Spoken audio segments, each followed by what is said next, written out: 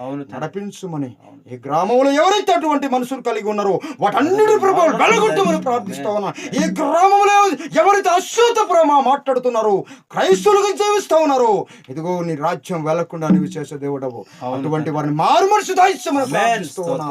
దేవానికి స్తోత్రాలు తండ్రి.